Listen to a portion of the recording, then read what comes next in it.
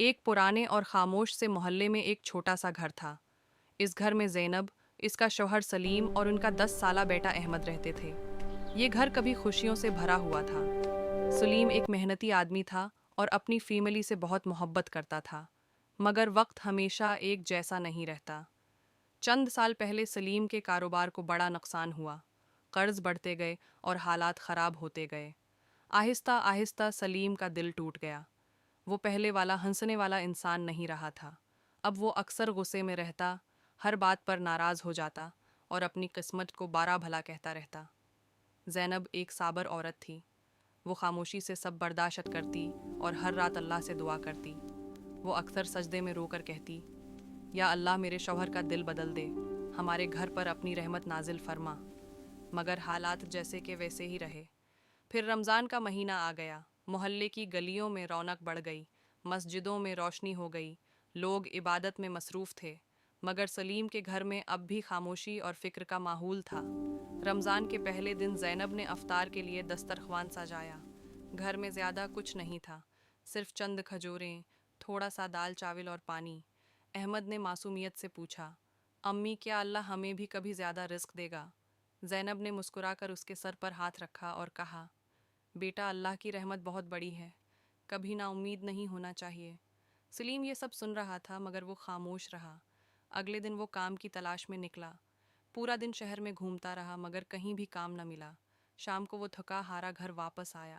گھر پہنچا تو اس نے دیکھا کہ احمد قرآن پاک پڑھ رہا تھا۔ اس کی معصوم آواز پورے گھر میں گونج رہی تھی۔ وہ آیت پڑھ رہا تھا، اور جو اللہ پر بھروسہ کرتا ہے اللہ اس کے لیے کافی ہو جاتا ہے۔ یہ الفاظ سن کر سلیم کچھ لمحوں کے لیے رک گیا۔ اس کے دل میں عجیب سی کیفیت پیدا ہوئی۔ کئی مہینوں بعد اس نے سکون محسوس کیا۔ اسی رات احمد نے اپنے ابو سے کہا، ابو آج میرے ساتھ مسجد چلیں، ہم دونوں تراویح پڑھیں گے۔ پہلے تو سلیم نے انکار کیا، مگر احمد کے معصوم چہرے کو دیکھ کر وہ مان گیا۔ مسجد میں امام صاحب رمضان کی فضیلت پر بیان کر رہے تھے۔ انہوں نے کہا، رمضان وہ مہینہ ہے جس میں اللہ بندوں کے گناہ معاف کرتا ہے، اور جب بندہ سچے دل سے اللہ کی طرف لوٹتا ہے تو اللہ اس کی زندگی بدل دیتا ہے۔ یہ الفاظ سلیم کے دل میں اتر گئے۔ اسے اپنی زندگی یاد آنے لگی۔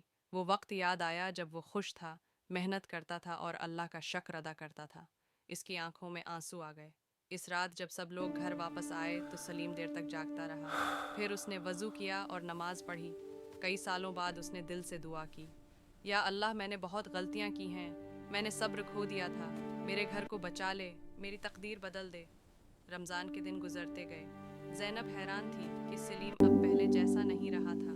وہ اب غصہ کم کرتا اور اکثر مسجد جانے لگا تھا۔ پھر رمضان کی 27ویں رات آ گئی۔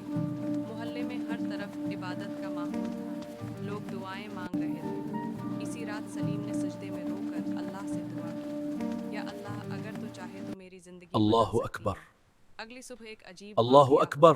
سلیم کے سبحان فون پر ربي ایک العظيم. کال آئی۔ یہ اس کے پرانے دوست کا فون تھا جو کئی سالوں سے بیرون شہر رہتا تھا۔ اس نے کہا، سلیم مجھے اپنے کاروبار کے لیے ایک ایماندار آدمی کی ضرورت ہے، مجھے تم یاد آئے، کیا تم میرے ساتھ کام کرنا چاہو گے؟ یہ سن کر سلیم حیران رہ گیا۔ چند دنوں میں سلیم کو کام مل گیا۔ آہستہ آہستہ اس کی آمدنی بہتر ہونے لگی، قرض بھی کم ہونے لگے اور گھر کے حالات بہتر ہو گئے۔ مگر سب سے بڑی تبدیلی سلیم کے دل میں آئی تھی۔ وہ اب پہلے کی طرح غصہ نہیں کرتا تھا، بلکہ اپنے گھر والوں سے محبت سے بات کرتا تھا۔ ایک دن سلیم نے زینب سے کہا، زینب اگر تم صبر نہ کرتے اور دعا نہ کرتے تو شاید ہمارا گھر ٹوٹ جاتا۔ زینب کی آنکھوں میں آنسو آ گئے۔ اس نے آسمان کی طرف دیکھ کر کہا، یہ سب اللہ کی رحمت ہے، رمضان واقعی معجزوں کا مہینہ ہے۔